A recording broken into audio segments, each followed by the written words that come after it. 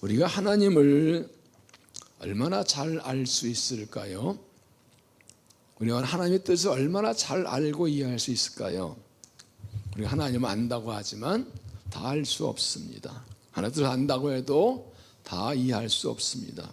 하나님의 마음을 하나님 알기 위해서 하나님 어떤 분이신지, 하나님의 마음이 무엇인지, 하나님의 뜻인지 다 알 수 없습니다. 하나님은 전능한 창조주, 우리는 그분의 피조물이기 때문입니다. 그러나 우리가 생각의 방향을 조금만 바꾸면 하나님의 뜻을 알 수 있고 그 마음을 이해할 수가 있습니다. 성령께서 에베소 1장 말씀대로 지하 계시성을 주시면, 그리고 말씀의 사람 되면 그 성령 역사하심과 말씀을 따라서 하나님을 알 수 있고 하나님의 뜻을 알고 하나님의 마음을 이해하게 됩니다. 어느 정도 알 수 있습니다. 이게 계속 뒤에도 말씀드리겠지만 하나님의 마음을 알려고 애쓰는 믿음. 로마서 11장 보면 사도 바울이 이 교리편을 쭉 말씀하고 10장, 9장, 10장, 11장에서 이스라엘 구원에 대해 말씀하고 이렇게 말합니다. 누가 주의 마음을 알았느냐. 한 달 전 이 말씀을 깊이 묵상을 하게 되었는데 누가 주의 마음을 알았느냐. 이 말씀을 읽으면서 우리는 얼마나 주님 마음을 알기를 힘쓸까. 하나님 내 마음 알아주기를 많이 원하는데 우리는 우리 아버지 하나님의 마음을 알기를 얼마나 힘쓸까. 하나님 마음을 알고 살기를 얼마나 힘쓸까 하는 생각을 하게 되었습니다. 성령께서 우리의 지혜 계시를 주시고 말씀을 깨우치셔서 우리가 하나님 어떤 분이신지, 하나님의 뜻이 무엇인지, 하나님의 마음을 알고 그 하나님의 뜻을 따라 살아가는 믿음이 될 수 있기를 바랍니다. 중요한 것은 모든 일을 하나님의 관점으로 보는 것입니다. 믿음은 그것입니다. 그래서 요즘 새벽에나 수요일에 말씀드리는 로마서 12장 2절에 너희는 이 시대를 본받지 말고 마음을 새롭게 함으로 변화를 받아라. 마음을 새롭게 하라 하는 말씀은 마음을 새롭게 하는 건 네가 할 일이다. 내가 마음을 새롭게 결심을 하면 그러면 변화를 받아 하나님 변화시켜 주신다. 세상을 따라가지 않고 세상 유혹 따라가지, 세상 방법 따라가지 않고 세상 가치관 따라가지 않기로 마음을 새롭게 결단하면 하나님 변화시켜 주시고 하나님의 선하시고 기뻐하시고 온전한 뜻을 알려주시는 것입니다. 그래서 신앙은 시각과 관점을 바꾸는 것입니다. 말씀을 통해서 성령 역사를 통해서 우리 영적 시각이 열려 하나님의 관점으로 세상을 바라보고 하나님의 마음을 알고 그 뜻을 따라 살아가는 믿음이 되시기를 바랍니다. 제가 자주 말씀드리는 말이 있죠. 역대상 14, 12장 30절 보면 이 말씀이 있죠. 이사갈 자손 중에서 시세를 알고 이스라엘이 마땅히 행할 것을 아는 우두머리가 200명이니 그들은 그 모든 형제를 통솔한 자이며. 세 번역은 이스라엘 자손의 우두머리 200명이 그들의 먼 부하를 이끌고 왔다. 그들은 때를 잘 분별할 줄 알고 이스라엘 해야 할 바를 아는 사람들이다. 상황이 무엇인가 하면 다윗이 유다 지파만의 왕으로 7년 반을 지내다가 사울과 그 세 아들 블레셋과 전투에서 죽고 이제 다윗이 명승홍이 12조 전체 왕이 되는 때입니다. 이때 12지파에서 지도자들이 군대 이끌고 와서 충성맹세하는 상황입니다. 그런데 다 놔두고 이사갈 지파에 대해서만 이렇게 설명을 해요. 뭐라고요? 그들은 때를 잘 분별할 줄 알고 자기들이 할 일을 아는 사람들이다. 하나님 지금 다윗을 온 이스라엘 왕으로 세우시는 때이고 이때 할 일은 다윗의 왕에 충성맹세하는 것이라는 것을 알고 했다는 것이죠. 이 세 가지가 나와요. 이들을 저는 자주 말하는 때를 아는 일꾼, 때를 알고 할 일을 알고 그거를 행했다는 것입니다. 지금이 어떤 때인지를 알고 그리고 하나님이 무슨 일을 하시는지 알고 그리고 이때 내가 무엇을 할지 할 일을 알고 그것도 하고 그대로 행했다는 거예요. 때를 아는 일꾼. 이 때를 아는 일꾼이 되려면 네 가지가 필요합니다. 첫째, 분별력. 분별력은 하나의 뜻을 분별하고 하나의 때를 분별하는 능력, 선과 악, 의와 불을 분별하는 능력. 이 분별력이 첫 번째. 고린도서 12장에 성령 은사에도 영분별이 있거든요.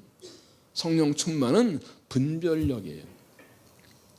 지금 어떤 때인지 하나의 뜻이 무엇인지 분별하는 거예요. 이게 선이 악인지 의인지 분이 이거 분별하는 거예요. 이 분별이 없으면 그냥 죄를 따라가고 세상을 따라가요. 분별력이 있어요. 두 번째는 판단력이 있어야 돼요. 판단력은 할 일과 하지 말할 것을 판단. 이건 할 일이다 아니다. 이 하나님의 일이다, 하나님이 하신 일이다, 내가 할 일이다. 이걸 판단하는 판단력이. 선악을 분별해서 하여튼 분별. 그런데 내가 할 일이다. 이거 판단 못하면 누가 하겠지 그러면서 소용없어요. 이 판단력이 중요해요. 세 번째는 결단력.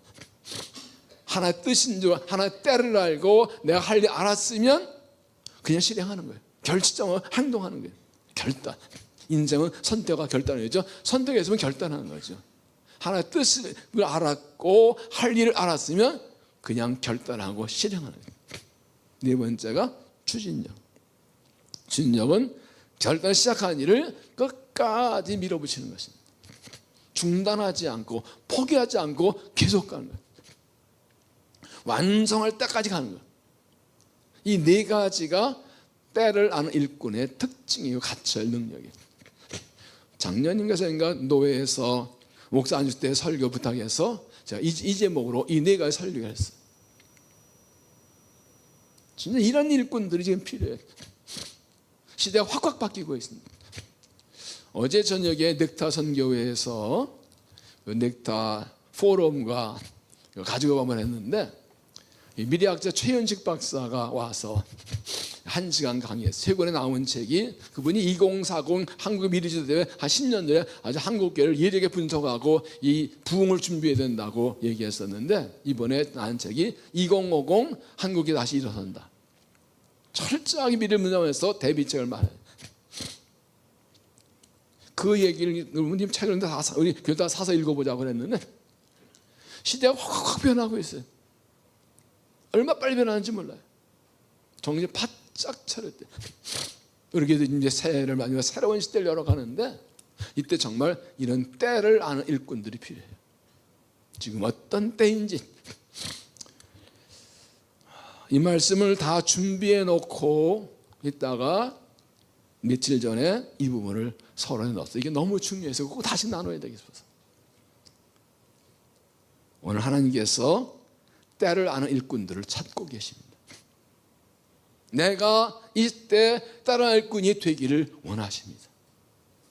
이때가 어땠는지 분명히 알고 하나 뜻을 깨닫고 내가 할 일을 알고 그를 행하는 하나 이때 쓰실 일꾼들로 준비되어서 쓰임받은 일꾼 모두 되시기를 주의 이름으로 축원합니다. 아멘 하는 사람 없죠? 안 하는 사람 찾아내요. 우리 모두 다 그런 일꾼들 돼야 돼요. 오늘 이제 열왕기하 강의 마지막입니다. 이 마지막은 이스라엘의 멸망, 남유다 멸망입니다. 택한 병 이스라엘이 이 북유 이스라엘은 주전 720년에 아수르에게 망하고 이제 주 580년에 이스라엘이 남유다가 바벨론의 세 번의 침공으로 이제 완전히 망하게 됩니다. 600년도 시작된 거의 세 번의 망하게 됩니다. 이게 마지막 부분입니다. 지난주에 본 24장 말씀대로 보면 바벨론 느부갓네살이 남유다를 두 번 침공하고 마지막 세 번째 침공으로 완전 멸망하는 장면입니다.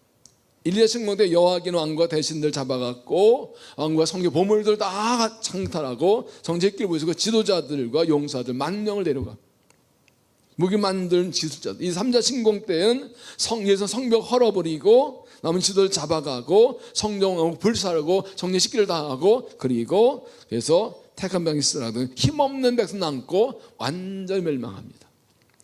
21절에 보면 이렇게 당시 본토를 떠났더라 그랬어요. 끝난 거예요. 그 땅이 약속의 땅인데 우리는 이 말씀에서 이런 질문을 가집니다. 하나님께서 많은 백성 가운데 선택하신 자기 백성 율법을 주시고 할례를 주시고 그렇게 살고 있는 이 백성이 왜 이렇게 망했나? 하나님의 백성 하나님 심판받고 멸망한 이유가 무엇인가? 반면교사로 가지요. 안 좋은 일을 통해서 반대로 교훈을 얻는 거 반민과사를 하는데, 그런 게 반민과사였습니다. 이 이스라엘의 심판과 남유다의 멸망은 우리에게 무엇을 깨닫게 하는가 한번 찾아봅니다. 첫째, 회개하지 않은 자의 마지막을 보여줍니다. 회개하지 않은 자의 마지막. 제목 주세요.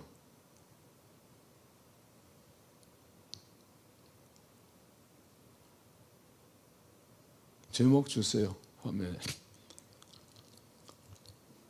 회개하지 않은 자의 마지막. 1절, 시드기야 제9년 열째 달 10일에 바벨론 왕 느부갓네살이 그의 모든 군대를 거느리고 예루살렘을 치러 올라와서 그 성에 대하여 진을 치고 주위에 토성을 쌓음에 그 성이 시드기야 왕 제20년까지 포위되다. 앞에 20장 17절 보면 바벨론 여호와기람 왕을 바벨론을 끌고 갑니다. 시결대에서 왕을 세웁니다. 그러나 지나 얼마 안 되어서 바벨론 왕을 배반했고 이 바벨론 왕이 나와서 그를 군대리고 이스라엘 포위 공격에 나선 겁니다. 왜 시드기야가 바벨론을 배반했나요? 주위에 다른 나라들 연합해서 애국과 힘을 합해서 애국에서도 바벨론 왕을 맞서려는 것이었습니다. 그런 것은 하나님의 섭리입니다. 이미 하나님께서는 이스라엘이 바벨론에 망하게 하는 것은 하나님의 뜻과섭니다. 무엇보다 중요한 것은 이 시드기야와 백성들이 우상 숭배하면서 하나님께 회개하지 않았기 때문에, 우상 숭배 하나님을 의지하지 않았기 때문에 이스라엘 최후가 어떻게 되었습니까? 바벨론 이스라엘 포위자 1년 6개월 동안 버티다가 양식이 떨어지고 성벽에서 왕국에 도망쳤다가 잡혔습니다. 1절 이하에 보면 그 아들이 그 바벨론 논이 죽임당하고 그 논이 뽑혀서 바벨론을 끌려갔다 거기서 죽습니다. 이 모든 것의 이유와 원인은 그들이 하나님께 회개하지 않았기 때문에, 회개하지 않고 돌아오지 않았기 때문에. 하나님께서 오래 참고, 지난주에 말씀드렸죠, 하나님께 수없이 선지자를 보내서 회개하라 그렇게 말씀하셨지만 듣지 않았다가 회개하지 않고 결국은 망한 것입니다. 하나님께서 회개하라고 보내시는 것은 기다리고 참아주시는 거예요. 근데 그렇게 회개하라고 하셔도 기다리지 않으면 자비와, 그러면 이 하나님께서 참으시는 긍휼을 배우는데 그 은혜를 모르고 회개하지 않으면 긍휼 없는 심판을 받는다고 성경 말합니다. 전도서에 보면 그런 말씀이 나와요. 악에 대한 징벌이 속히 실행되지 않으므로 악인들이 죄를 짓기에 담대하다. 자주 말씀드리죠. 하나님께서 죄를 지면 바로 때리시면, 여러분 아들 딸이 있는데 잘못하면 그냥 바로 그냥 자르고 막 그러면 요만큼 뭐 잘못하면 그냥 바로 벌내면 어떻게 되겠어요? 정살도 떨고 죄 못 짓잖아요. 하나님께서 죄의 삭은 뭐라고요? 죄 지면 죽는 거예요. 누라만 째려도 죽는 거예요. 속으로 미움만 해도 죽는 거예요. 죄의 삭은 사망이에요. 하나님이 죄를 바로 심판하시면 여기 살아남을 사람은 이 세상에 아무도 없어요. 그런데 인간들이 하나님께서 죄에 대해 바로 심판하시고 하나님 안 계신 줄 알고, 죄 괜찮은 줄 알고, 하나님 모르신 줄 알고 맘 놓고 죄를 진다. 로마서 2장에서는 죄인들이 하나님의 진노를 쌓아간다. 우리 말씀은 매를 버는 거예요. 하나님께서 사랑으로 참아주시고 기다려주시는데 하나님께서 벌 안 주는 줄 알고 마음대로 주면서 점점 벌을 쌓아. 로마서 1장에서는 그런 사람들을 하나님이 버려도 주셨다. 하나님 인내를 시험하다가 인내 한계가 오면 죄 짓고 살게 버리셨다가 심판을 받으신다. 그래서 베드로에서는 하나님의 진노의 손에 떨어진 것이 무서울진저라고 말합니다. 예레미야 2장 25장 3절 이런 말씀이 있어요. 유다의 왕 아몬의 아들 요시야 왕 13째부터 오늘까지 23년 동안 여호와께서 내게 임하기로 내가 너희에게 꾸짖을러서 너희 순종하지 않느냐. 자, 오래전에 기도원 가서 기도하면서 이 말씀을 큰 충을 받았어요. 예레미야가 이스라엘 백성들에게 회개하라고 하라고 몇 년 동안 했다고요? 23년이요. 근데 안 들어요. 어떻게 했어요? 하나님 말씀을 전하는데 사람들이 23년 동안 전하는데 안 들어. 그럼 어떨까요? 어느 목사님이 교회에 새로 부임했는데 첫째 주에 영 3장 16절 설교하면서 또 일어서서 서로 사랑하라고 설교했어요. 그 다음 주에 또 설교했어요. 3주 똑같이 했어요. 3주 때 똑같은 본 제목으로 소자랑 똑같이 서로 사랑을 설교했어요. 그래서 이게 문제가 생겼어요. 당회가 뭐 견디면서 이 목사님이 이 실력이 없다, 영역이 없다 그래가지고 사임하시라. 알았다고. 목사님은 같은 설교 3번 할 거 아니죠 앞으로. 그래서 그런 사임하시는데 그러면 왜 똑같은 설교 3번 했나 이유나 합시다 그랬더니 말씀드리면 순종했는데 순종 안 하니까 순종할 때까지 할 거라고. 그래서 그런 거라고. 아마 그 정도 어떻게 보면 아마 같은 설교 10번도 더 했을 것 같아. 근데 여레미야는요 하나님 말씀을 전하는데 23년 동안 전하는데 백성들이 까딱도 안 해. 23년도 매일 한 번씩 했으면 이게 몇 번이에요? 1년에 365일인데 까딱도 안 해. 저는 그 당시 이 말씀을 읽고 얼마나 충격을 받았는지 몰라요. 얼마나 힘들었을까. 이게 세상인가. 예전 말씀 보면 그러므로 여호와께서 그의 모든 종 선지자를 너희에게 끊임없이 보내셨으나 너희가 순종하지 아니하였으며 귀를 기울여 듣지도 아니하였도다. 너희가 내 말을 순종하지 아니하고 너희 손으로 만든 것도 너희 느껴 스스로 해야 하느냐 여호와 말씀이야. 너희가 지금 망하는 것은 너희들이 내 말을 안 듣고 너희들이 나의 노여움을 일으켜서 스스로 이 심판을 자초했다 말이에요. 불순종의 결과는 심판이죠. 다른 거 없어요. 여러분, 사람들이 죄를 회개하지 않는 이유가 무엇일까요? 그렇게 말씀 듣고도 회개하는 이유가 무엇일까요? 가장 중요한 게 뭐냐면 죄를 깨닫지 못해. 양심이 화인 맞아서 굳어져서 다쳐서 대놓고 말해도 몰라. 제가 들으면서 특징은 뭔지 아세요? 아마 그러면 이거 저 김집사가 들어야 되는데 저보고 하는 말인데 저거 말인데 팍집사가 들어야 되는데 깨닫지를 못해. 영적 감각가 무뎌서 양심 화인 맞아서. 또 하나는 그만하기 때문에 하나 인정하지 않아요. 뭐 내가 죄야 그게 뭔 죄야? 내가 뭘 잘못했어? 회개하지 않아요. 또 하나는 믿음이 없어서. 하나님 믿지 않아서 하나 약속 믿어도 하나 사랑을 믿어도 회개하면 용서해 주실까? 혼나는 거 아니야? 이 세 가지 제일 중요한 게 뭘까요? 죄를 깨닫는 것. 여러분 깨닫는 게 은혜예요. 시편에 보면 깨닫지 못하는 자는 멸망하는 짐승과 같다 그랬어요. 그러니까 말씀을 듣고 요만한 죄도 깨닫고 회개하는 사람이 있고 100가지 죄를 깨닫는 것.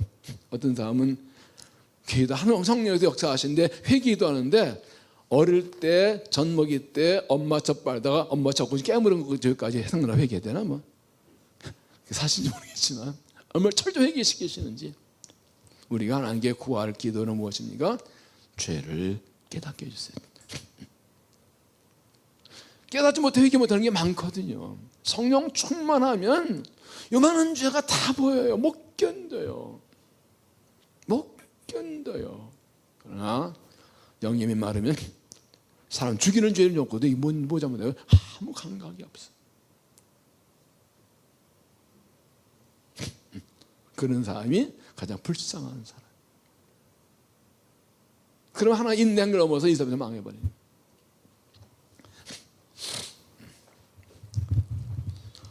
여러분, 우리가 회개될 가장 큰 죄는 무엇일까요?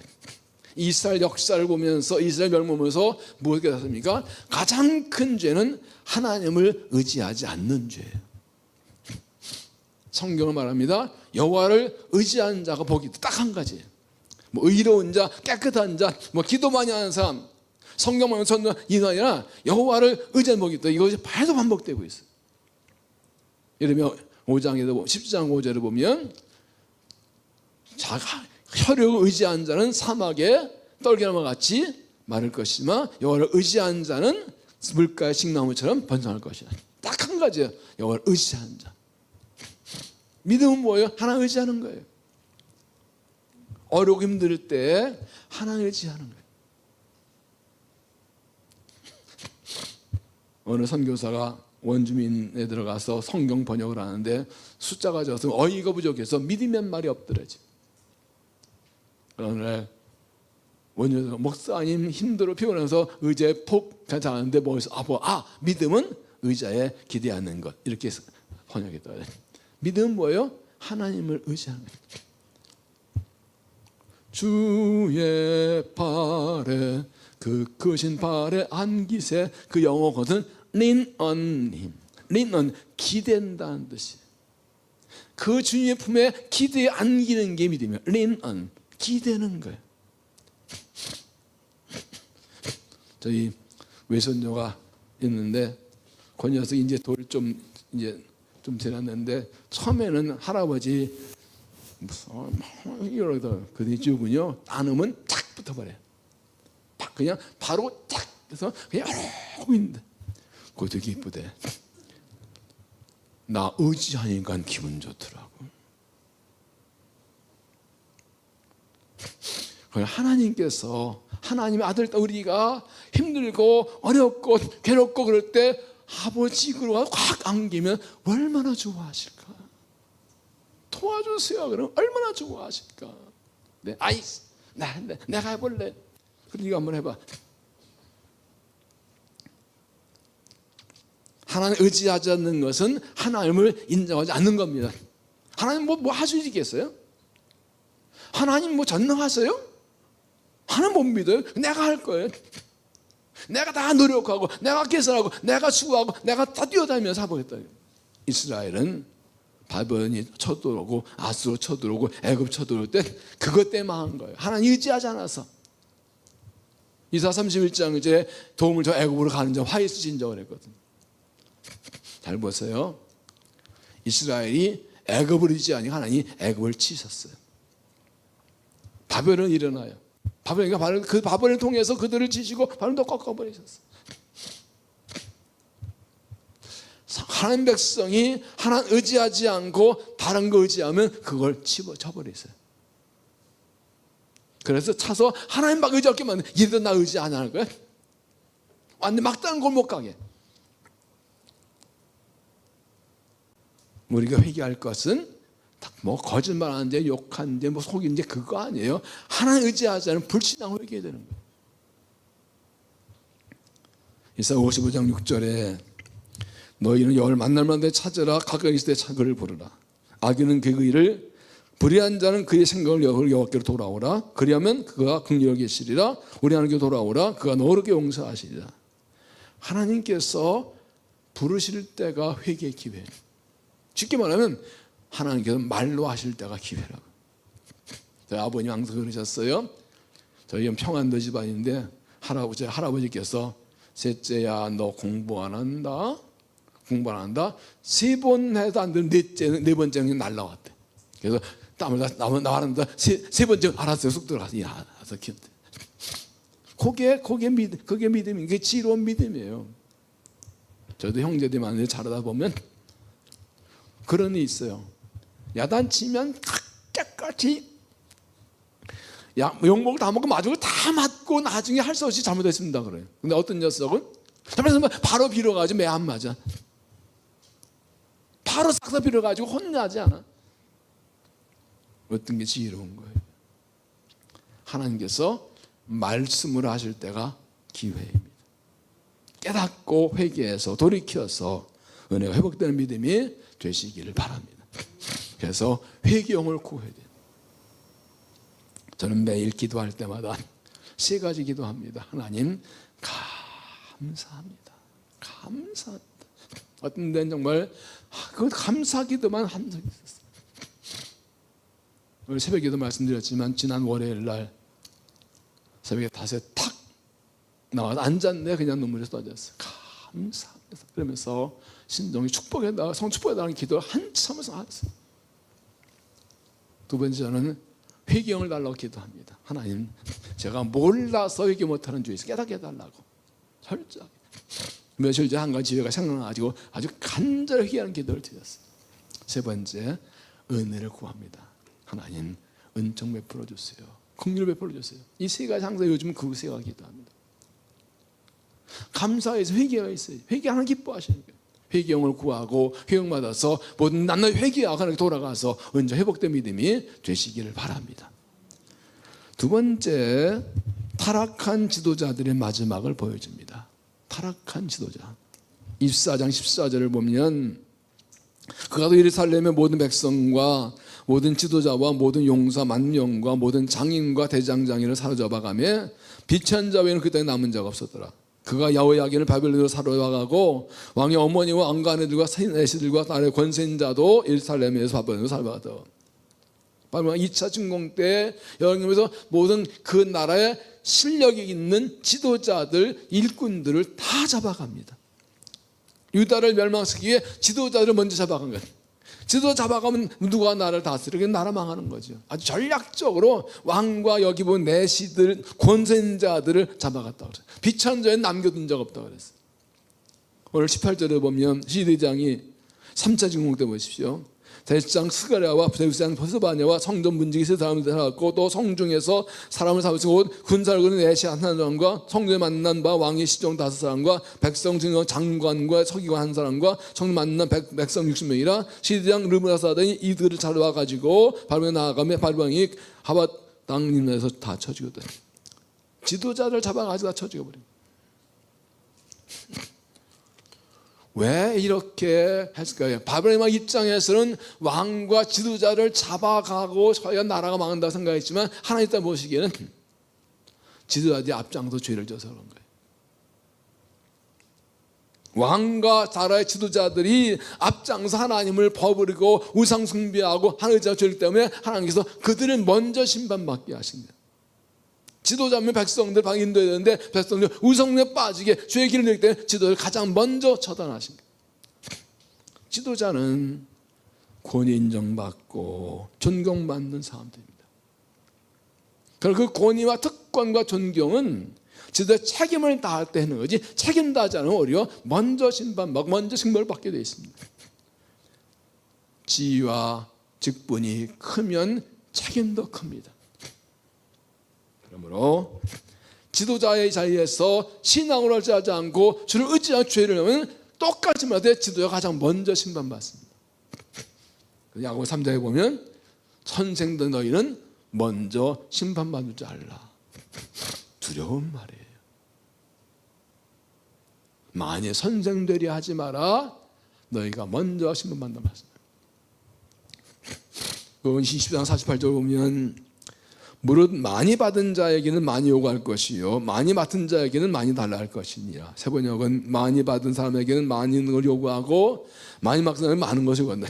지도자에게 많은 것을 맡겼기 때문에 많은 걸 요구하신다. 책임이 크면 직분이 크면 책임도 의무도 큰 거예요. 중요한 직분에 있는데 아는 사람과 똑같이 할 수 있으면 더 많이 더 잘해야 돼. 앞장서야 되는 거예요. 지도자들은 특권의 자리가 책임의 자리이기 때문에 더 많은 헌신과 충성이 요구됩니다. 그래서 지도자가 그 직분 수행에 선지에 충성하면 가장 먼저 상급을 받습니다. 그러나 충성하지 않으면 먼저 벌을 받습니다. 하나님께 주신 복이 3가지가 있어요.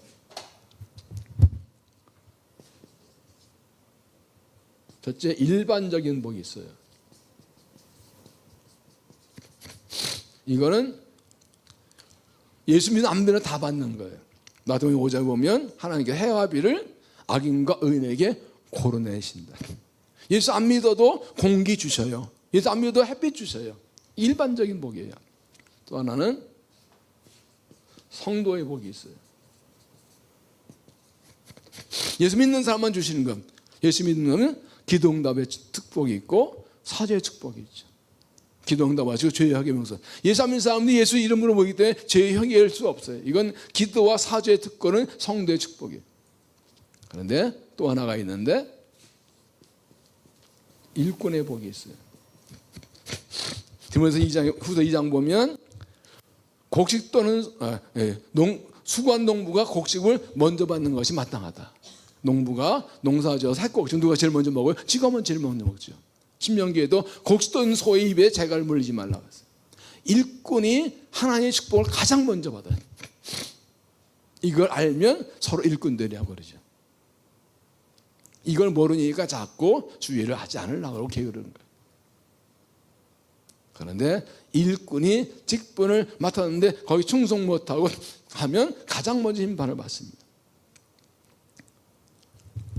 사도 바울은 예서 올라가기 전에 예루살렘 장로들 밀리도 불러서 이렇게 말합니다. 수요기도 때 전했던 말씀인데 성경 1장 18절 여러분은 자기를 위하여 또는 온 양떼를 위하여 삼가라. 성령이 그 가운데 여러분을 감독자 삼고 하나님이 자기 비로 사신 교회를 보살게 하셨느니라.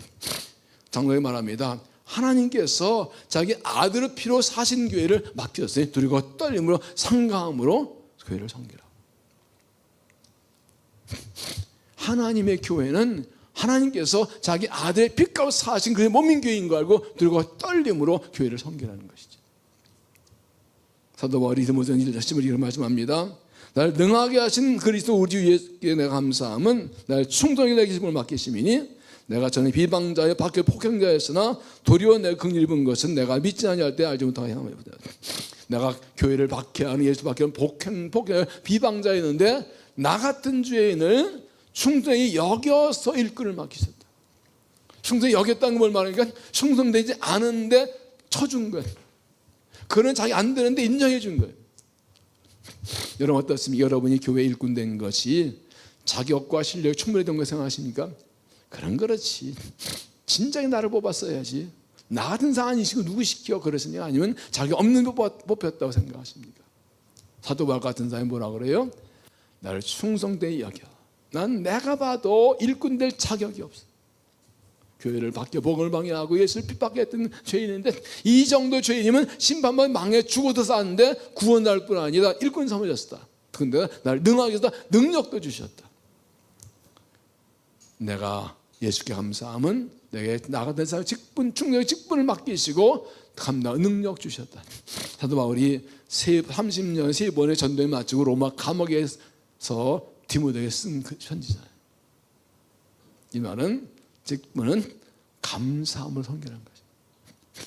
구원의 감격, 부르심의 감격. 조그만 거라도 내 주님의 길을 섬기는 얼마나 영광스러운 것이에요. 미국 클린턴 대통령이 나사 미국 우주항공국을 이제 방문했는데 청소부가 이렇게 실그에 대해서 당신 뭐 하여? 저는 사람을 달에 보낸 일을 한몫 거두고 있습니다. 그랬더니 과학자 아니에요. 청소부예요. 그러나 우주항공국이라고요. 이 사람은 내가 과학자 아니지만 이 우주항공국의 바닥을 쓰는 일이 사람을 달에 보낸 일을 하는데 한몫한다고 자부심을 가지고 살아요. 시편 말씀하죠. 악인의 장막에 궁궐인보다 하나님 장막에 문지기는 게 더 좋사. 세상 모든 권력과 권세 명예보다 하나님께서 청소하더라도 설거지하더라도 주님의 교회를 섬기는 게 내게 더 영광 축복이 즐겁다. 믿습니까? 이게 그리스도인의 특징이잖아요. 그 구원의 감격으로 나 같은 구원을 감사하는데 이 일꾼들 일까지 맡겨 감사해 힘을 다해 충성해서. 여러분 그리스도인의 헌신과 봉사는 복박비한 거 아닙니다. 몰라줘도 괜찮아요. 대가 없어도 괜찮아요. 우리는 주님의 은혜를 갚는 거예요. 그 사랑을 갚는 거예요. 주님을 사랑해서 내가 하는 작은 일이 하나님 나라 세운 일이라고요. 남들이 몰라도 괜찮아요. 숨겨도 괜찮아요. 하나님은 아세요. 이게 일꾼의 자세인데 이런 감사 감격이 사라지면 충성하지 못하고 대우만 받으려고 하고 우리 악한 일 앞장서면 큰일 나는 것입니다. 하나님의 기준 나를 판단하고 그의 감사 감격으로 헌신해서 하나 인정하시고 복을 먼저 받는 믿음이 되시기 바랍니다. 제 자리에 있으면서 믿음으로 살지 않아서 심판을 먼저 받는 사람이 아니라 상급을 먼저 받는 복된 일꾼들이 되시기를 주의 이름으로 축원합니다. 세 번째, 형식적인 신앙의 마지막. 형식적인 신앙의 마지막. 24장 13절 보면 그가 여호와의 성전의 모든 보물과 왕궁 보물을 집어내고 또 이스라엘 왕 솔로몬이 만든 것 곧 여호와의 성전의 금그릇 다 파괴하였으니 여호와의 말씀이 되었더라. 바로 2차 침공 때 여호와 왕과 지도를 잡아내서 성전의 왕궁 보물을 다 빼앗고 금그릇 다 깨뜨립니다. 하나님 이름 두신 성전, 하나님께 제사하는 성전, 하나님 임재하셔 자기 이름을 두신 그 성전이 아주 침탈당합니다. 3차 침공 때는 성전을 불사르고 지도시가 불사릅니다. 오늘 보면 8절에 보면 발왕 느부갓네살의 15째 5월 7일에 발왕의 신도시 된 느부갓네살이 일사람이 이르러 여호와의 성전 왕궁을 불사르고 예루살렘 모든 집구 기브의 기름을 설났습니다. 성전에 불을 놔버렸어요. 하나의 성전에 불질러 버렸어요. 그리고 성전의 모든 걸 깨뜨리고 다 가져갑니다. 13절 갈대아 사람이 또 여호와의 성전 놋기둥과 받침들과 여호와의 성전 놋바다를 깨뜨려 그 놋을 바벨론으로 가져가고 또 가마들과 붓삽들과 부지개들과 숟가락들과 성결된 모든 놋을 다 가져갔으며 시대장 또 불 옮기는 그릇들과 주발 두고 금하는 은하는 모든 것을 가져갔으며 또 솔로몬이 여호와의 성전을 위한 두 기둥과 한 바다와 받침들을 가져갔는데 이 모든 게 놋기에 해를 섭섭. 상상해 보세요. 솔로몬이 얼마나 정성 들여서 다윗 준비의 성전을 아름답고 놋기둥 세우고 그릇 만들고 얼마나 많이 했어. 싹 가져. 심지어 제단에서는 불 옮기는 그릇과 이 집게들까지 싹 들어가. 싹 쓸어가. 상상해 보세요. 이게 이스라엘 백성들 보기에 얼마나 충격적인 일일까. 하나님이 이루신 성전. 성전 뭐라고 했어요? 예수님께서 내가 이곳에 내 이름을 두고 여기에 내 망도 항상 있으리니. 근데 하나님께서 바벨론 왕에 의해서 이 성전의 모든 기구를 다 뜯어가고 금그릇, 은그릇, 녹그릇 싹 가고 완전히 불살르게. 왜 이렇게 허락하셨을까? 이것은 하나님께서 성전을 버리신 것을 의미합니다. 더 이상 하나님 거기 있지 않고 하나님 이름도 거기 없습니다. 왜 그렇습니까? 하나님 백성이 하나님 성전에 우상을 세우고 성전마다 우상제단 세우고 우상 세우고 더 하나님 예배하지 않아요. 그때 하나님 하는 것을 떠나신 것입니다. 에스겔서 보면 이때 하나님의 영이 예루살렘 성전을 떠났다 이렇게 얘기합니다. 저 그걸 읽으면서 무서운 마음이 들었어요. 나중에 돌아올 때 하나님 영이 동정문에 하나님 영이 먼저 들어오세요. 하나님 영광이. 성전 아무리 화려해도 하나님이 떠나시면 껍데기예요. 하나님 영이 떠나시면 껍데기예요. 이 모든 것은 하나님 말씀대로 되었습니다. 솔로몬이 성전을 봉헌하고 하나님께 이 성전을 기도 응답을 받을 때 이렇게 말씀하셨어요. 응답을 받으면 또 이 말씀이 있습니다. 역대하 7장 19절 그러나 내가 이 성전을 기도 응답하겠지만 그러나 하는 것입니다. 너희가 많이 돌아서서 내가 너희 앞에 든 내 윤리와 계명을 버리고 다른 신을 섬겨 그를 경배하면 내가 너희 준 땅에서 너희를 뽑아내고 내 이름을 위하여 거룩하게 한 이 성내 앞에서 버려 모든 민족 중에 독담을 기억거리게 하게. 성전이 나를 위해 지금 아름답지만 너희가 나를 따위 성전을 내가 버려서 조롱거리 되게 하겠다. 이미 예고하셨어요. 이 성전의 비록 높을지라도 그리에 지나간 자는 놀라 이르되 여호와께서 무슨 까닭으로 이 땅과 이 성전에 이같이 하셨는가 하면 대답하되 그들이 자기 조상 애굽에서 인도하던 하나님 자기 하나님 여호와를 버리고 다른 신들에 붙잡혀서 그것을 경배하여 섬김으로 여호와께서 이번은 재앙을 내셨다. 이방인도 안다고. 왜 그랬다? 저것들이 지 하나님 버려서 망한 거야. 이방인들도 망할 거라고. 왜 하나님께서 이 성전을 이렇게 하나님의 성전이 무너지게 하셨을까? 그들의 신앙이 진실하지 못하고 형식적이기 때문이었어요. 지난 말씀에서 형식적인 신앙을 하나님 싫어하신다. 거듭난 백성이고 할례 있고 율법이 있는데 그들은 하나님을 예배하지 않았어요. 성전이 있는데 거기서 이 제사하지 않아요. 우상을 제사해요. 말씀이 있었지만 말씀 따라 살지 않아요. 형식적인 신앙이 무엇입니까? 형식적인 신앙은요, 다 있지만 크게 두 가지예요. 하나는 하나님을 의지하지 않는 거예요.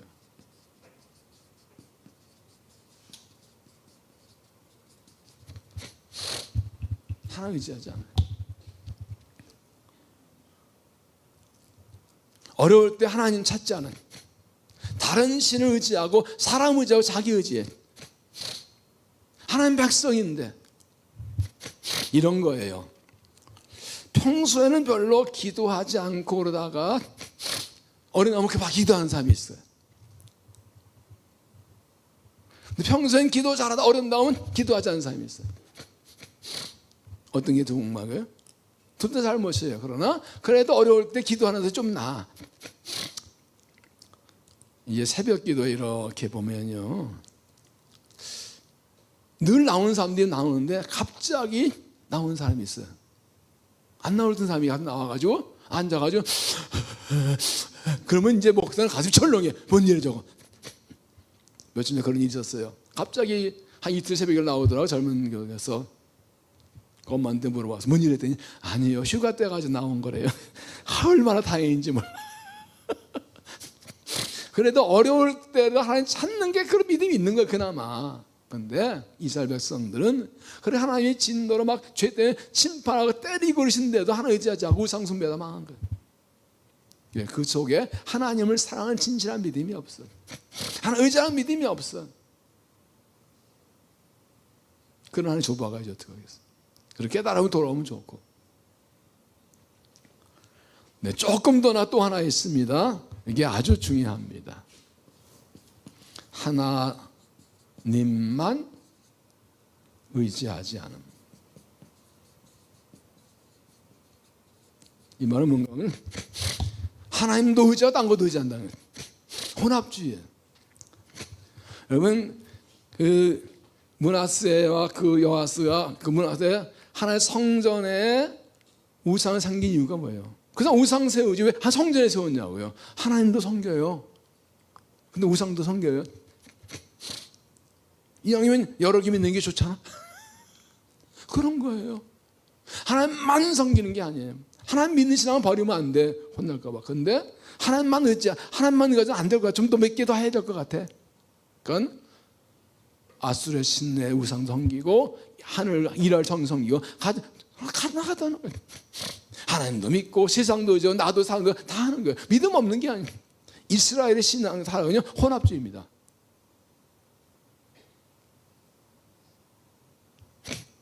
거대한 성기를 하는데 마음을 하나님을 떠났어요. 하나님 전조신뢰보다 딴 것도 좀 해봐야 되겠어. 하나님은 하나님만 섬기만 하시지. 이런 얘기 드렸죠? 여러분의 남편이 여러분에게 여보 당신이 나한테 1등이야. 그러면 좋아요 나빠요? 그럼 2등도 있어? 3등은 미스 1위, 2등은 3등, 이비스 박. 3등 또 있는 거예요? 아니요, 나한테는 당수박사. 이게 사랑이죠.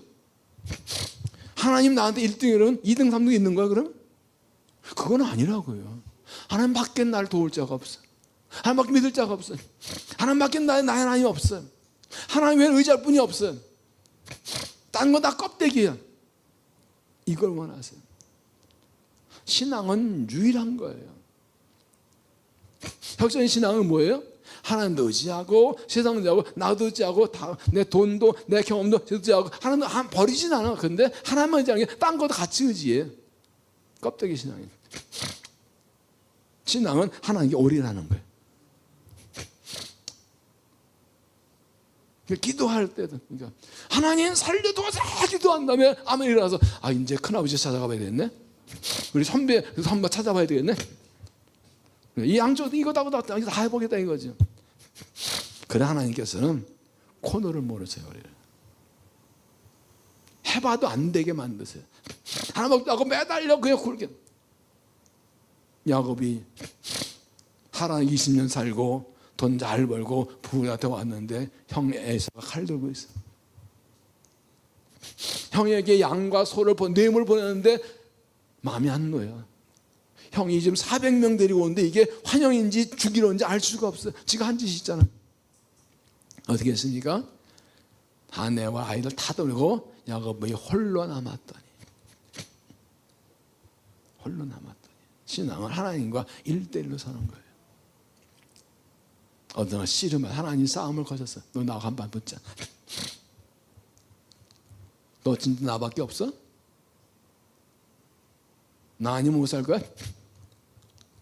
밤새 씨름하다가 날에 새니까 이제 너 알아. 안 간대도 하고 이 야곱의 허벅지를 쳐 부러졌는데도 뭐라고요? 내게 축복하지 않으면 갈 수 없습니다. 차라리 날 죽이고 가세요. 축복하든가 날 죽이든가. 난 이 길이 아니 난 있냐? 여기서 그냥 형한테 맞아 죽던 똑같은 거 가지고 하나 차라리 날 죽이세요. 어쩌면 안 한 형한테 맞아 죽을 건데. 그래 됐다. 네가 이겼다. 이스라엘 여호와 기호가 이겼다. 제가 청년들이 자주 도전합니다. 하나님 한번 붙으라고. 인생 걸고. 하나님, 그래 한 주를 위해서 할게요. 기도할게요. 하나님 확실히 약속해 주세요. 이름 주세요. 그리고 평생 살아가는 거지. 평생 한 번은 해야 될 거 아니에요. 나 있은 분들은 뭐 아니에요? 나면서 어떻게 살 거예요? 흘러간 데서 살 거예요? 어제 그 최인수 봐서 그러더라고요. 이젠 곧 120세 세대가 온대요. 70연태에도 50년 더 살아야 된대. 왜 한숨이요? 좋다고 안 그러고 우와 50년대 또 살아? 그러니까 이제 하나님께 하나님만 의지하고 약속받는 이거는 젊으면 누구나 다 해야 되는 거예요. 이스라엘은 하나님만 의지하지 않았어. 아수르가 애굽이 바벨을 쳐올 때 시디기야가 바벨은 이 2차 중대 드디어 바벨은 말고 애국과 손잡았다가 망해버렸죠. 하나님 의지하지 하나님 찾질 않아. 내가 살아 애쓰고 뭐 놀이기도 저는 다 좋은데 하나님만 의지하는 거냐. 하나님께 내가 기도하는 걸 더 열심히 하냐, 딴 걸 더 열심히 하냐.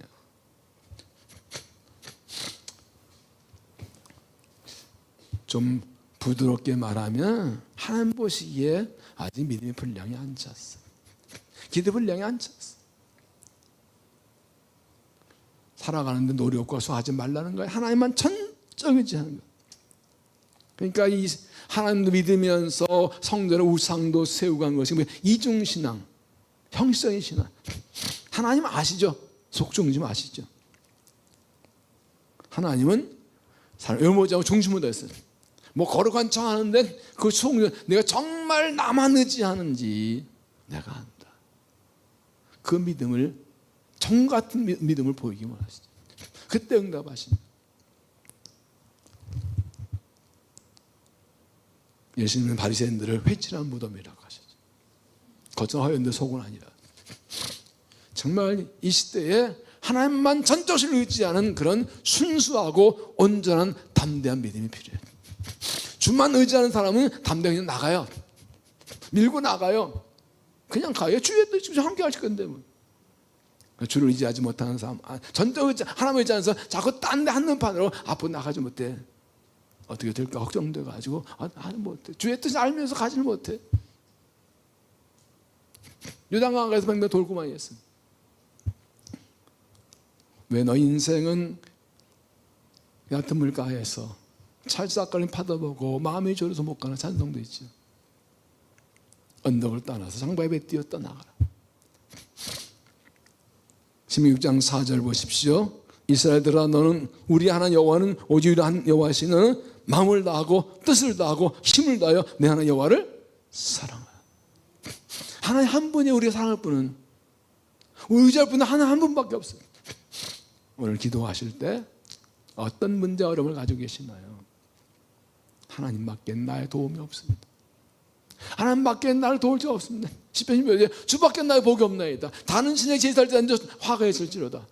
다윗은 고백하죠. 어떤 산골에서 나무꾼의 집에서 있는데 비가 나서 주 앞에 있는 나무가 확 쓰러져가지고 길을 막아버렸어. 아들 녀석이 온 길 나 별짓 다 해도 안 돼. 아빠 이를 보고 있다가 야, 할 수 있는 거 다 했냐? 나 했는데 하나 하면 안 돼요. 내가 한 가지 안 한 게 있어. 뭔데요? 아빠한테 도와달라고 한 거랬어. 내 말한테 하나 도와달라고 그래야지. 그러니까 이 아빠가 이렇게 보기 좋은 것을 하나님께서 하나님 내 힘을 안 돼, 하나님밖에 없어 하고 나오기를 기다리십니다. 왜 기도 응답 안 하신다고요? 주밖에 구원이 없다고, 하나님밖에 없다고 살다고 하나님께 한개 받는 그걸 원하십니다. 아직도 내가 도움 받을 때가 많다, 할 수 있는 힘 많다 그러면 하나님 어지잖아요. 형식적인 신앙은 고난의 때에 드러나고 무너집니다. 이스라엘의 멸망은 형식적인 신앙 때문에. 이런 반면서 정말 마음을 더 하나님만 사랑하는, 하나님만 더 고백하고 의지해서 주께서 중심 받으시고 살리시는 데 있는 믿음이 되시기를 바랍니다. 마지막으로 가장 중요한 게 남아있어요. 하나님께서 남겨두신 희망. 하나님 남겨두신 희망. 남유다 멸망이 26년 지났을 때 2차 침공대 여호야긴이 한번 나옵니다. 27절 보시면 유다 왕 여호야긴이 사유한 지 37년 곧 바벨론 왕 에벌 무로닥이 죽인 원년 12월 그달 27일에 유다의 왕 여호야긴을 모계에서 내놔 그 머리를 들게 하고, 37년 만에 바벨론의 그를 풀어주고 특별 대우를 해줍니다. 28절 그에게 좋게 말하고 그의 지위를 바벨론과 그와 함께 모든 왕의 지위 높이고 그의 죄수의 의를 벗게 하고 일평생에 항상 왕의 앞에서 양식 먹게 하고 그의 쓸 것은 날마다 왕에게 받는 왕이 있어서 정도로 그냥 포로 앞에 갔지만 다시 살려서 아주 왕처럼 대하고 마음껏 먹게 해주셨어요. 왜 이걸 이미 21절에 번데 떠났다고 그랬는데 그걸 끝나지 않고 이걸 기록한 이유가 무엇일까요? 회복의 희망을 말해줍니다. 예레미야가 이스라엘의 멸망을 선포하고 바벨론에게 항복하라 하면서 반드시 붙인 것이 있습니다. 하나님께서 회복시키신다. 바벨론 항복하라 그래서 매 맞고 욕 먹고 그래도 말합니다. 바벨론에서 70년 차면 돌아가게 하실 것이다. 하나님 말씀대로 가서 항복하고 벌받고 그럼 돌아오게 하신다. 이러면 25장 10절 여호와께서 이같이 말씀하시니라 밤에서 70년이 차면 내가 너희를 돌보고 나의 선한 말을 너희에게 성취하여 너희 이곳으로 돌아오게 하리라. 이 말씀이 굉장히 중요합니다. 하나님께서 이스라엘 백성을 징벌하시고 나라 망을 성전 파괴하셨지만 하나님의 계획은 70년에 돌아오게 하시는 거예요. 여호와의 말씀이니라 너희를 향한 나의 생각 내가 하나니 평안이요 재앙이 아니니라 너에게 미래와 소망 희망을 줄 것이다. 너희를 징계하지만 너희 망하게 하여 너에게 희망을 주고 평안 주고 소망을 주는 거예요. 이것은 여호와의 말씀이니라 나는 너희들을 만날 것이며 너희를 포로되게 다시 돌아오게 해야 돼. 내가 쫓던 모든 나라들과 거기서 다시 모아 다섯 번 곳으로 돌아오게 하리라. 이것이 여호와의 말씀이니라. 하나님께서는 그 자기 백성을 그렇게 아주 처참하게 심판하시지만 다시 회복시키신 길을 가지고 있어요. 왜 70년일까요? 왜 70년일까요? 하나님 마음대로 7년에 한 번씩 안식년을 하죠. 10번 밤으로 7도 완전 10도 완전 하나님이 그래서 충분한 기간을 채우시는데 이 70년은 대략 한 세대를 30년 보거든요. 그러면 두세 지나면서 완전히 세대 교체하시는 거예요. 하나님을 떠나고 불신앙에도 우선 그 세대는 거기서 다 죽게 하시고, 예를 나오는 게 좋은 뭐가 나쁜 나무가 하죠. 좋은 뭐나처럼 던졌다 그 세대에서 사람을 교체해서 이제 돌아와서 새 나라를 세우시는 거예요.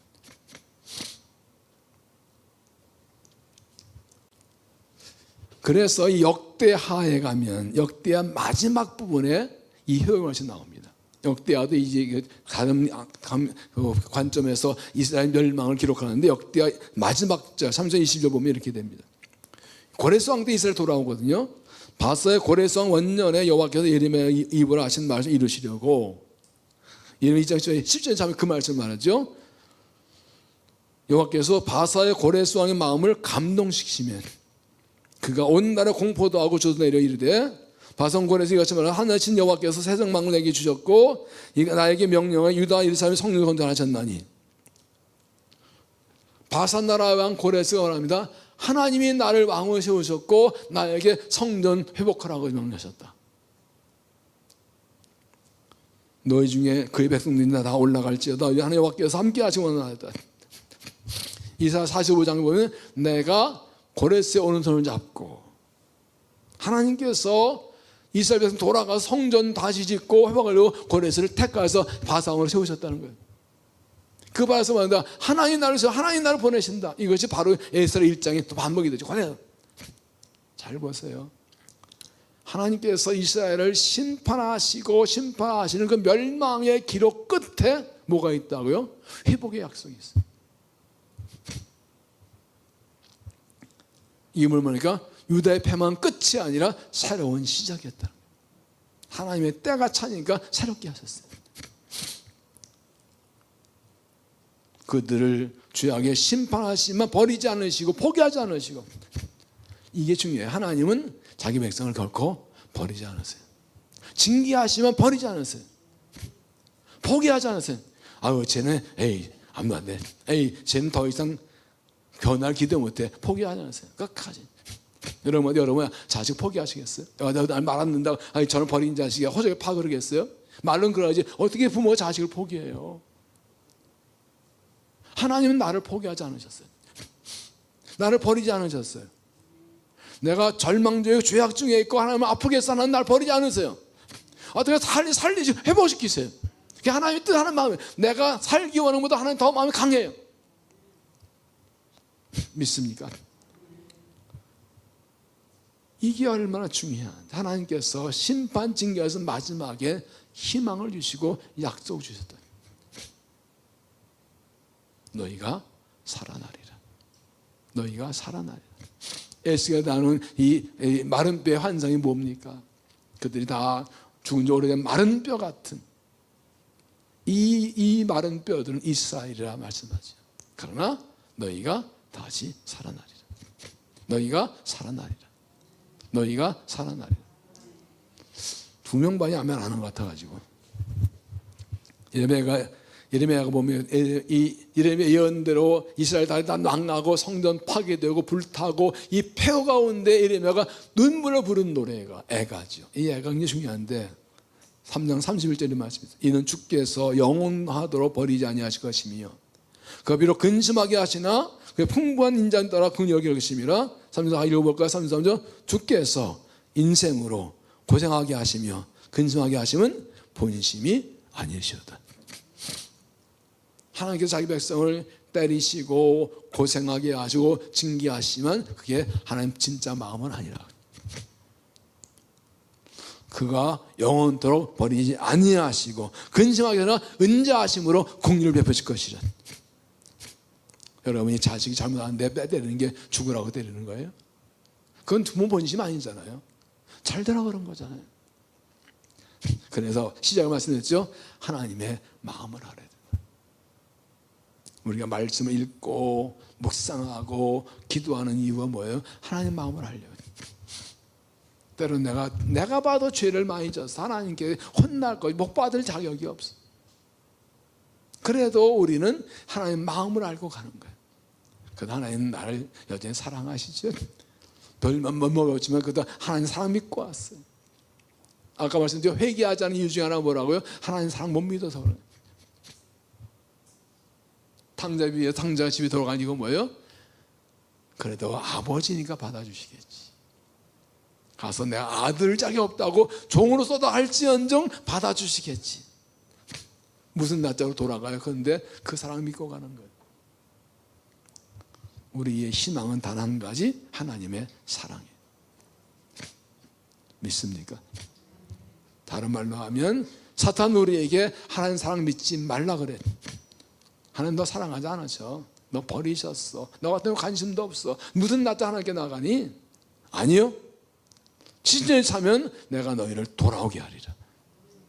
내가 너희를 돌아오게 하리라. 이거 하나 믿고 가는 거예요. 그러니까 기도가 왜 안 돼요? 이 사랑 못 믿으니까요. 왜 간절하지 않은 이 사랑 못 믿으니까요. 아무리 죄를 짓고 혼나도 이 사랑 믿으면 와서 비비는 거지. 아버지 그러고 아버지밖에 내가 살 길이 없는데 뭐.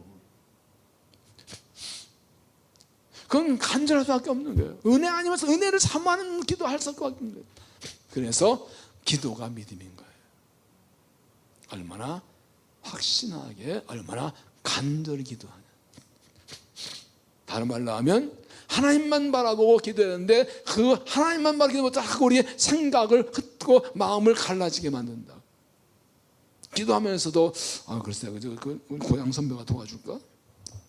하나님 주여 그러면서 또 우리 큰아버지가 도와줄까?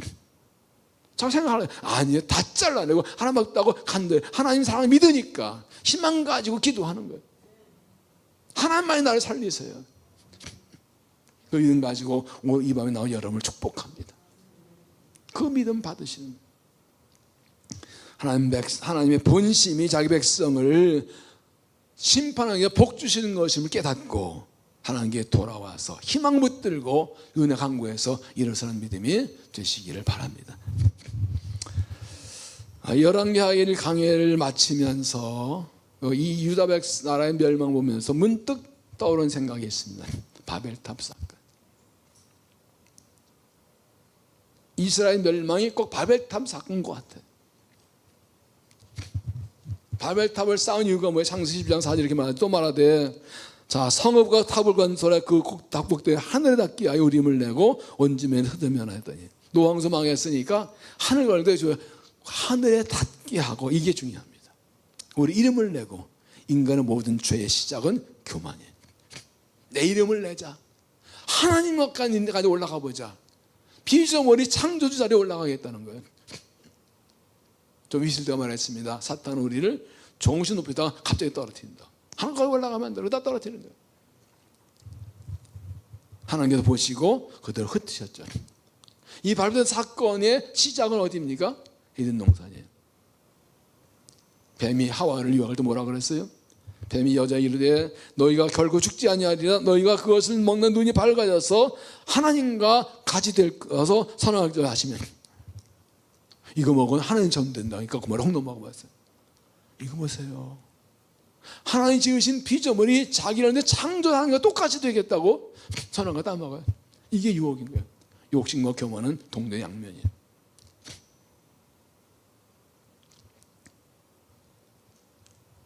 이렇게 해서 버림받잖아.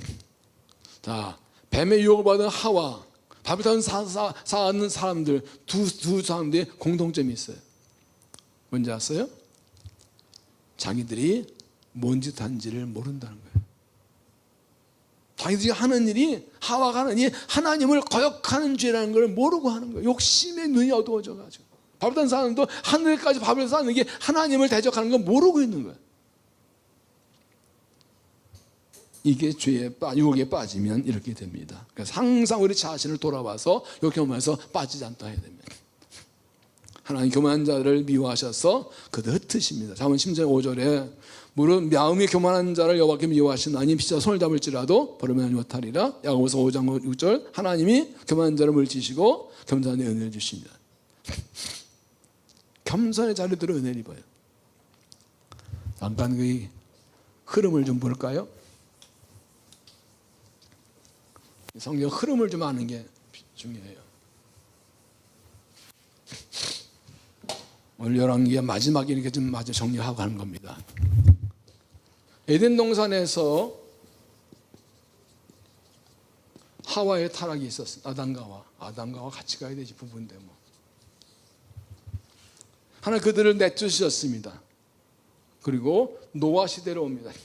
노아는 의인인데 그 세상 하도 악해서 하나님께서 한탄하십니다. 그리고 홍수로 심판하십니다. 그리고 산을 세우십니다. 11장 오니까 바벨탑 사건이 나오죠. 이것들이 또 이게 삐딱해가지고 하나님 어기려고 올라오니까 하나님께서 흩어버리시고 이때 아브라함이 등장합니다. 하나님께서 아브라함을 택하셔서 내가 너로 큰 일을 하자. 이게 이스라엘 시작이죠. 이게 굉장히 중요합니다. 아브라함 성경에서.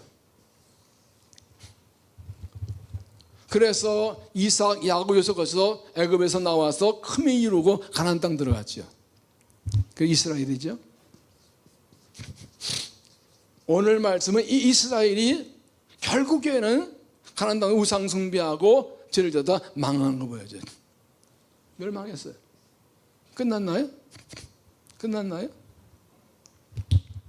말씀드린 대로 잡혀간 그들이 남은 자들이 돌아와서 이스라엘을 다시 세우지요. 그 내신 당시 보면 말라기 이후에 세례요한까지 사병에 영적 암흑기가 이제 그들이 타락했어요. 이때 하나님께서 중요한 겁니다. 예수님을 보내십니다. 약속한 메시아 보내십니다. 그리고 십자가를 구원하시고 그리스도인들을 불러 모십니다. 그리고 교회를 세우십니다. 이 그리스도인과 교회는 새 이스라엘입니다. 요한 기록 보면 구원받은 자 숫자가 14만 4천 명이죠. 왜 그런지 아세요? 이스라엘 12지파 곱하기 12제자 곱하기 이는 144 곱하기 1000. 이게 1000도 완전 수. 이건 상징이에요. 그러니까 구약시대 12지파를 넘어서 12제자를 통해서 오늘 그리스도인들이 우리가 지금 새 이스라엘인 거예요. 믿습니까? 우리를 통해 하나님께서 이 구원을 완성하실 거예요. 주님 다시 오셔서 우리 천국 인도하시고 그 나라에서 구원서 하나님은 예배하게 하실 거예요. 할렐루야. 하나님 지금도 일하고 계십니다. 이거 말하면 지금 하나님 일하고 계시다고. 사도행전 사도행전 28장을 썼지만 그 이어지는 것처럼 지금 여전히 하나님 실패하지 않으셨어요. 지난주에 말씀드린 하나님 실패하셨나요? 아니요. 사람은 실패하지만 하나님은 이스라엘 버리지 않으셨어요. 일으키셨어요. 그리고 지금 일하고 계십니다. 우리는 지금 하나님의 역사를 이루는 사람들인 것입니다. 이 말씀을, 이 바벨탑 사건을 말씀드리는 것은 요즘 시대가 그런 것 같아요. 뱀이 욕받아 하나님처럼 되려 하는 교만, 인간의 지식과 기술과 이 역량으로 하나님 되는 바벨탑 쌓은 사건들. 포스트모더니즘의 핵심이 뭔지 아세요? 네가 우주의 중심이다. 너 하고 싶은 데 다 해라. 네 감정 욕심 다 해라. 인간의 속에 정욕 욕심 이거 마음대로 하게. 그러면 하나님 빼고 하나님 없이 인간이 자기 힘으로 살아온 결과가 뭐예요 지금? 이 세상이 살만한 세상이에요? 하나 없는 인생이 살만한 인생이에요? 이 사회 이 시대의 미래 희망이 있어요? 이들과 망할 것밖에 없어요. 오직 하나님만이 희망입니다. 하나님도 없고 진리도 없는 이 세상 망할 수밖에 없어요. 우리의 희망은 오직 예수 그리스도 하나님밖에 없습니다.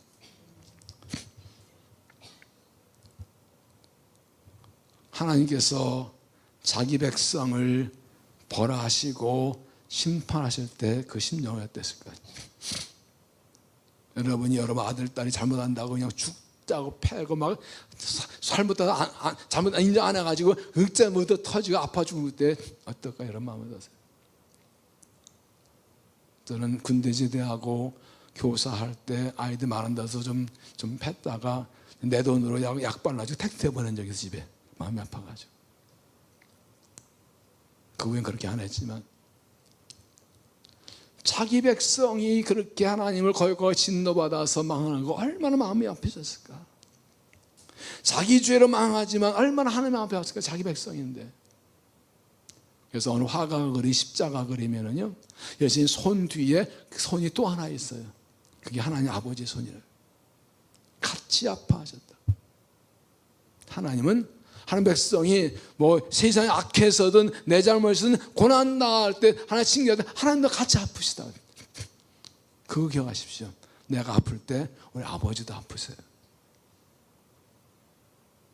하나님 내 마음 아세요? 난 너보다 더 아프다 그러세요. 그게 하나님 마음. 신앙은 그래서 하나님 마음을 아는 것입니다. 거기서 모든 해답이 다 나와요. 하나님 왜 그렇게 말씀하시는지, 왜 이렇게 일하시는지를 그걸 알기 힘써야 됩니다. 회개자 이제 마지막을 알고 회개하는 게 돌아오십시오. 사랑 지도자 결말 보고 주신 직분에 충성해서 상급받는 믿음이 되십시오. 평생 지나마지 말고 중심을 하는 사랑하는 사람이 되십시오. 마지막 중요한 것이 하나님의 영에서 희망을 붙드십시오. 하나님께서 우리를 회복시키시고 우리를 사랑하십니다. 돌아오면 다시 살려주십니다. 이 말씀을 마지막을 쓰면서 그렇게 적었어요. 우리를 향하신 하나님의 뜻과 계획은 무엇일까? 하나님 우리에게 무엇을 주기 원하실까? 하나님 우리가 무엇을 구하기 원하실까? 여러분 지금 우리의 가장 큰 기도 제목은 뭐라고 생각하세요? 가장 중요한 기도는 뭐라고 생각하세요? 지금 우리가 구할 것은 단 하나입니다. 부흥을 주시옵소서. 부흥을 주시옵소서. 부흥을 주시옵소서. 영적 부흥. 우리의 믿음이 회복되는 게 부흥이에요.